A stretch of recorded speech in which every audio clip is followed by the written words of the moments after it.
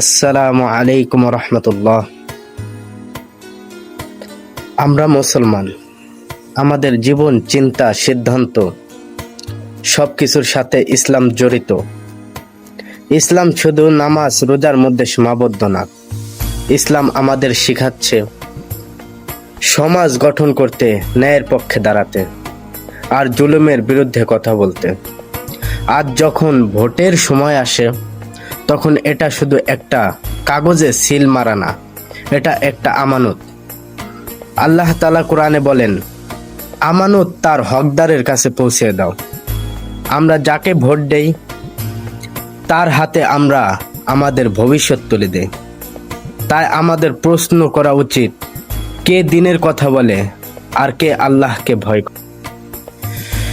দাড়িপাল্লা হোক বা হাত পাখা, এই প্রতীকগুলো ইসলামের কথা বলে, ন্যায়ের কথা বলে, ইসলামের পক্ষে কথা বলে। আমরা মুসলমান, তাই আমাদের ভোটও হোক ইসলামিক চেতনায়।